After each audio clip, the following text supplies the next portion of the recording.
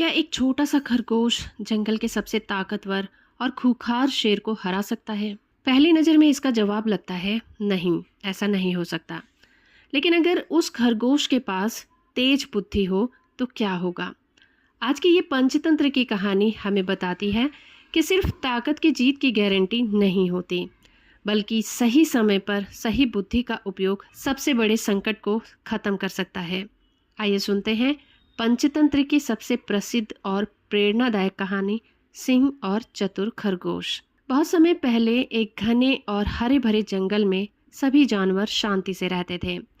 हिरन खुले मैदानों में दौड़ते थे, बंदर पेड़ों पर झूलते थे, हाथी नदी में स्नान करते थे और खरगोश अपनी छोटी सी बिलों में खुश रहते थे।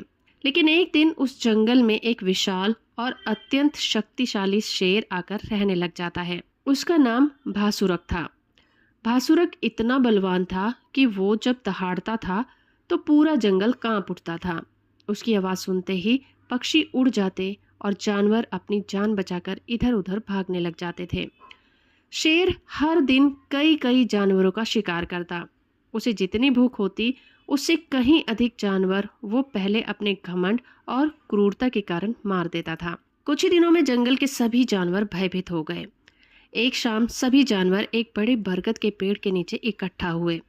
हाथी बोला, यदि यही हाल रहा तो कुछ ही दिनों में हम सब मारे जाएंगे। फिर हिरन बोला, हमें कोई उपाय निकालना होगा।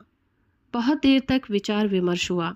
आखिरकार एक बूढ़े और बुद्धिमान सियार ने कहा, हम सब मिलकर शेर के पास चलते हैं।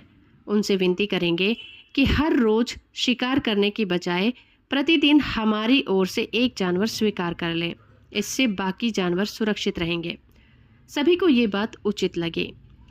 अगली सुबह सभी जानवर कांपते हुए शेर के पास पहुंचे।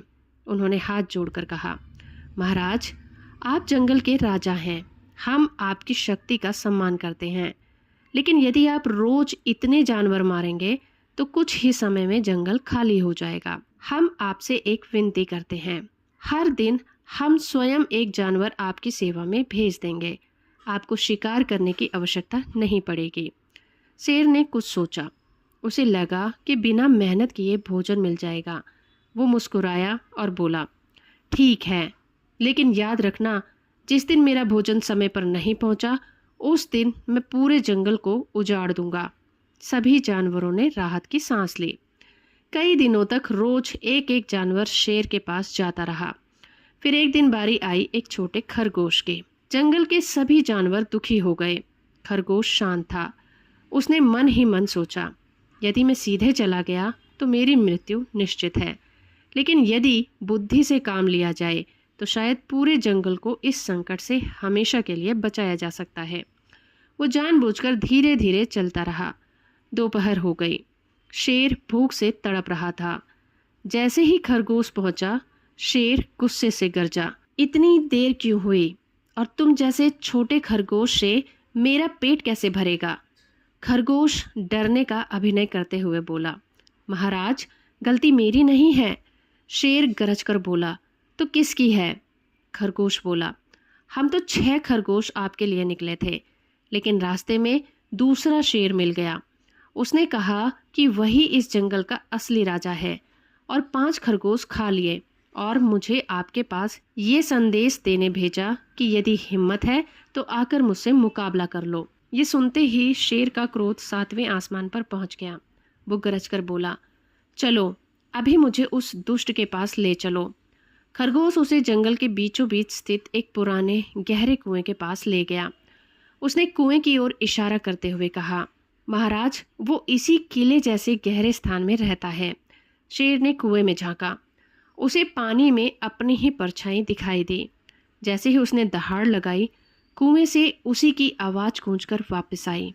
शेर को लगा कि दूसरा शेर भी उसे चुनौती दे रहा है। गुस्से में अंधा होकर वो पूरे वेग से कुएं में कूद पड़ा। कुआं गहरा था। वो बाहर नहीं निकल सका। कुछ ही देर में उसकी मृत्यु हो गई। जिसके बाद खरगोश धीरे धीरे जंगल वापस पहुंचा। सभी जानवर चिंतित थे। जब खरगोश ने पूरी घटना सुनाई तो पूरे जंगल में खुशी की लहर दौड़ गई। हाथी ने अपनी सूंड उठाकर खुशी जताई। बंदर पेड़ों पर उछलने लगे। हिरन मैदानों में दौड़ने लगे और पक्षी मधुर गीत गाने लगे। सभी जानवरों ने खरगोश की बुद्धिमानी की प्रशंसा की और उसे जंगल का सबसे चतुर प्राणी कहा। उसी दिन के बाद जंगल में फिर कभी किसी और शेर का डर नहीं सताया। ये कहानी हमें सिखाती है कि बुद्धि बल से कहीं अधिक शक्तिशाली होती है।